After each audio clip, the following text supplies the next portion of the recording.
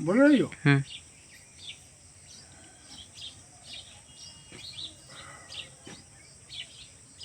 ओम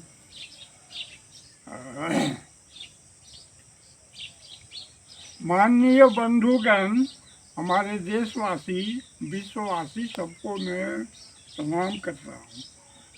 मैं आपको ये बतला रहा हूँ कि पिछले कुछ दिनों से समाचार में या मीडिया से ये समाचार से आ रहा है कि भगवान जगन्नाथ भगवान के भक्त जो हैं, पुरी के जगन्नाथ भगवान के भक्त लोग, कलयुग का अंत हो गया, चारों धाम विलयन हो गया, विलयन हो जाएगा।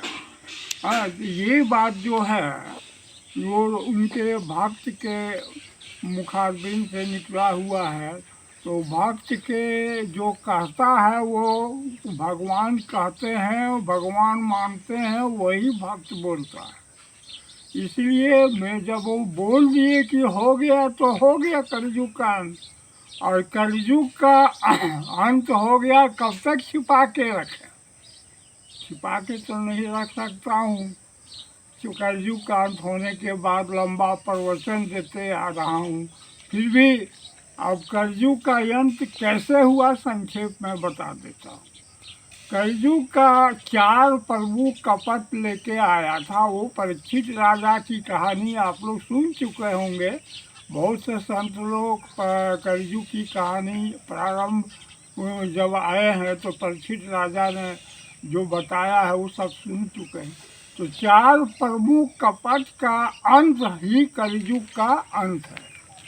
4 प्रमुख कपट क्या क्या है, कैसे अंत किए? 4 जो कलयुग का पहला कपट था लोभ, प्रॉपर्टी का, सोना चांदी हीरा मोती ज्वारा जगह जमीन रुपया पैसा, इस सब का जो लोभ है, सीमा के बाहर खरबपति शंखपति हो गया है, लेकिन लोभ खत्म नहीं हुआ। ये जो लोभ था पहला लोभ, इसका ये लोभ का कपट जो है उसका हत्या कर दिया गया। दूसरा कपट था उसका जुआ, शेयर साटा, जुआ जो अभी चल रहा था, शेयर साटा का लोभ, जुआ का लोभ, लॉटरी टिकट का लोभ, उसको भी कपट सहित बंद कर दिए। तीसरा कपट था उसका नशाखोरी।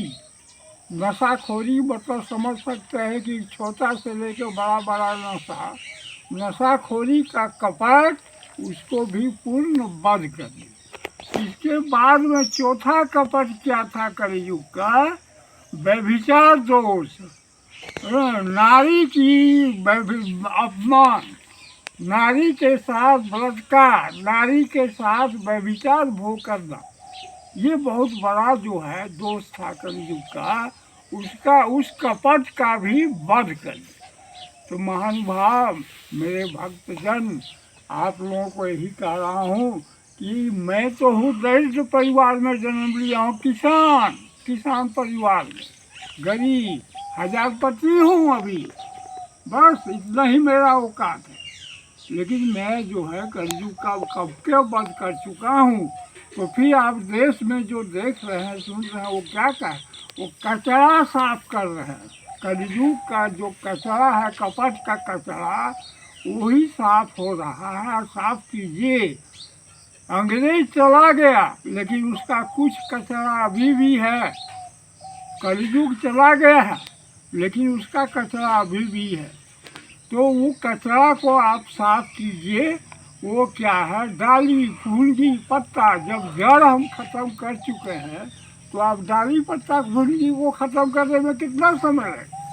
थोड़ा सा लगेगा, थोड़ा कष्ट करना पड़ेगा, लेकिन उसको साफ कीजिए। आप लोगों का, हाँ मैं ही हूँ जिसका इंतजार आप कलयुग में कर रहे थे, वो मैं ही हूँ और मैंने ही अंत किया।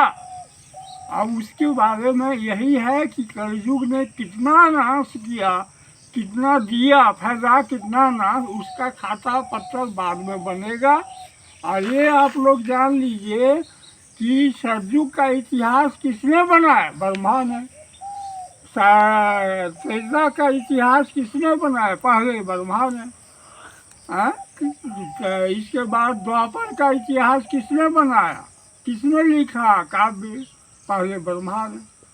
और सब कलयुग का कौन लिख के देगा? पहले ब्रह्मा ने। इसके बाद में हमारे देश के ईश्वर भक्त जितने हैं वो लोग अपना काव्य बनाएंगे कि कलयुग का क्या इतिहास है, कलयुग का क्या कहानी है, उसका कैसे शुरू से अंत कैसे हुआ, इसका लंबी कहानी जो है ब्रह्मा जी पहले लिख के भेजेंगे। इसके बाद में आपके देश के विद्वान लोग उस कहानी को छापेंगे। तो इसलिए इससे ज़्यादा तो मैं अब बोलूँगा नहीं, और ज़्यादा बोलने से को नहीं है। लेकिन जगन्नाथ भगवान के जो भक्त लोग छाप दिए उससे हमको जो है बहुत खुशी हुई कि चलो भाई मेरा काम की प्रशंसा किसी ने तो किया है कि कलयुग का अंत हो गया। लोग जो है शास्त्र पढ़ते हैं और शास्त्र का रोज भाई परिवर्तन। ब्रह्मा विष्णु महेश चारों तो हमारे पास है। ब्रह्मा विष्णु महेश और मैं चारों एक ही साथ उठता बैठता 24 घंटा ये एक ही साथ। तो फिर शास्त्र की बात आप लोग कह रहे हैं कि शास्त्र में ये लिखा है वो लिखा है, लेकिन ये नहीं कहते हैं कि क्या 1952 का ही संविधान जैसे जैसे है कि बीच में परिवर्तन भी हुआ है संविधान में। यदि परिवर्तन हुआ है तो विधि का विधान में परिवर्तन नहीं होता। शास्त्र कब का लिखा हुआ है और विधि का विधाता हर साल परिवर्तन होता है। तो इसलिए वो जो है परिवर्तन हो चुका है। शास्त्र की का इंतजार मत कीजिए, प्रथम चरण मत कहिए, अंतिम चरण भी हो गया।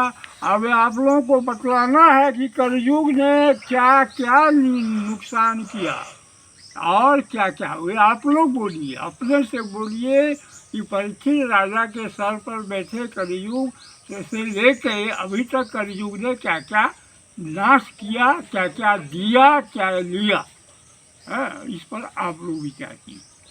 इसके बाद मैं और कुछ नहीं कहूँगा। आप लोगों को धन्यवाद देता हूँ कि हमारा प्रवचन तो सुनते हैं गरीब आदमी का। बहुत बहुत धन्यवाद।